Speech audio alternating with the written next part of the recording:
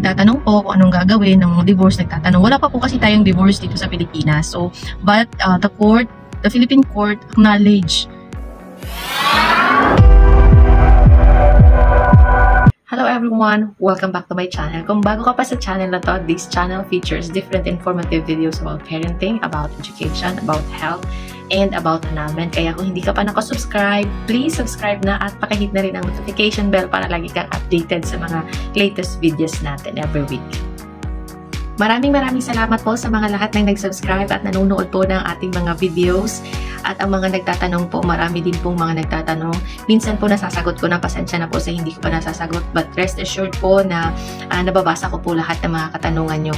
And for today's video ay sasagutin po natin ang napaka-common na questions po na nababasa ko sa ating comments section is, Ma'am, OFW po ako. Papaano po ako magpapaanal? So gusto, or ang iba naman is, Ma'am, OFW ako. Gusto ko po magpaanal. So this video is for you. Kindly watch po up to the end. Disclaimer po, I'm not a lawyer by profession. This video is based on my personal experience and research. It is much better to seek advice from the expert. Yes po, pwede po kayo mag-file ng annulment kung kayo po ay OFW, nasaan po kayo, nasa Asia, nasa Europe, nasa Amerika, pwede po kayo mag-file ng annulment. But, ito po ang annulment ay gaganapin po dito sa Pilipinas. So, ang requirement po ng ating batas is you need to file in the family court here in the Philippines. So, papaano po yan? Ayan po ay isa-isahin natin. Kaya po, panoorin po ang video ito hanggang sa huli. Number 1, you need to find a lawyer. I will suggest that you will find or you will get a lawyer, yung family cases expert po siya o talaga nag-handle na siya ng mga family cases. Since kasi OFW ka, so medyo matrabaho si lawyer, kaya kailangan, I suggest talaga expert yung hanapin mo kasi siya da yung magre-represent sa'yo eh. Number 2, you need to know where you will file your petition. Kung kayo po ay wala nang matagal na 6 months na po na wala po kayo sa Pilipinas, so saan nyo siya pwedeng i-file? Kung nandito pa po ang partner nyo sa Pilipinas, doon po sa regional trial court na yun, place na yun, doon nyo po siya ipafile. Or kung doon po sa place na saan kayo ikinasal, yung korte doon. Kung wala na po, both of you ay wala na po dito sa Pilipinas, ay kung saan ka po that you can get or you can secure your residency here in the Philippines. So doon po kayo magpa-file ng annulment. Ang number 3 po ay kung wala po kayo dito, you need to have a representation sa korte. Kung wala po kayo kasi nasa ibang bansa kayo. And most of it, usually po, ang nagre-represent po sa inyo sa korte ay ang inyong lawyer. So you need to have that representation sa court. Or may kakilala naman po ako na ang nag-represent sa kanya, maliban dun sa lawyer, is yung kapatid niya na nandito na tumatayo. So you need to talk about your lawyer. But number 4 that you need to know filing annulment OFW ka is you need to secure or you need to provide the documents, the supporting documents that your lawyer need when he will file the petition for annulment. So what are those documents na kailangan mong i-provide?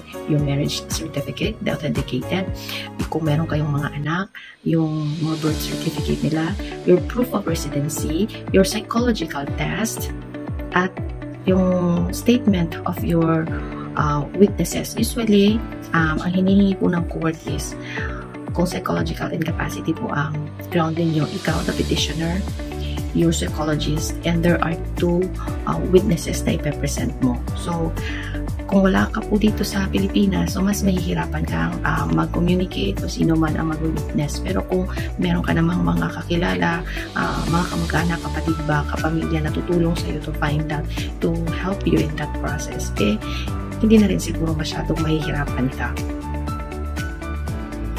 Number 5, kung ikaw ay OFW at nag-divorce ka sa ibang bansa, it's either ikaw babae or lalaki, or Filipino ba o foreigner ba ang iyong partner, basta na-divorce ka sa ibang bansa at ikaw ay Filipino, kailangan mo pa rin po yung divorce decree, ay kailangan mo pa rin po yung ipa-recognize or ipa-receive sa Philippine court dito po sa Pilipinas para po kayo po ay babalik na single dito sa Pilipinas. So what you should do is, you should get the divorce decree at kumuha po kayo nung nagsasaad copy ng batas nila na they have a divorce at magkuha po kayo ng abogado to process that dito po sa court natin dito sa Pilipinas. So, ang mangyayari po niyan is hindi na po siya masyadong matrabaho at matagal kasi ipaparecognize na naman po yung decree ng divorce dito sa atin. So, ba't kailangan mo pa rin po ng attorney? Hindi ka magiging babalik sa pagka-single kung ikaw ay hindi po nagpa-receive or nagpa-acknowledge ng divorce decree na yun sa ibang bansa dito po sa atin. So, sa mga nagtatanong po kung anong gagawin ng divorce, nagtatanong, wala pa po kasi tayong divorce dito sa Pilipinas. So, but the Philippine court acknowledge ng divorce decree kung ginawa yan sa ibang bansa. But there are risks po. May mga risk kapag nasa ibang bansa ka. Unang-una niyan, ang risk niyan, siyempre, if your ground for annulment is psychological incapacity, so you need to have a psychological evaluation. But due to our high-tech technology naman na ngayon, so we can ask a psychologist naman siguro through Medline or through technology that they can assess us. And it needs a help para ma-assess din ng psychologist yung partner mo kung nasaan man siya. And second risk is you need to, hindi lahat ng pagkakataon is i-represent ka ng attorney mo or nang i-represent ka sa court. There are times that you need to be present in the court. Ito po yung time na kapag i-represent ka, because you are the petitioner, ikaw ang nag-file. Ikaw ang nag-file, kapag i-represent ka sa court, you should be there, you should be present. But there are courts na pumapayag sila na through video conferencing lang. It depends on the court. It depends on the judge as well. So, possible pa rin naman. But kung hindi talaga pwede ang video conferencing, so you need to come back in the Philippines. You need to appear in the court. Kasi kapag hindi ka nag-appear, mas matatagalan lang din yung case mo. The last risk is, if you are an OFW at nag-file ka ng annulment, expect that mas magastos siya. So, bakit mas magastos siya? Dahil syempre, kung kailangan ng iyong appearance, talagang mag-appear ka sa korte, syempre, ang plane ticket, mas magastos yan. Tapos, kung wala kang, ibig sabihin nito, kung magpapaprocess ka lang ng mga documents na supposedly, kung nasa Pilipinas ka, ikaw magpaprocess, so hindi ka na magbabayad ng ibang tao to process it. So, that's additional fee.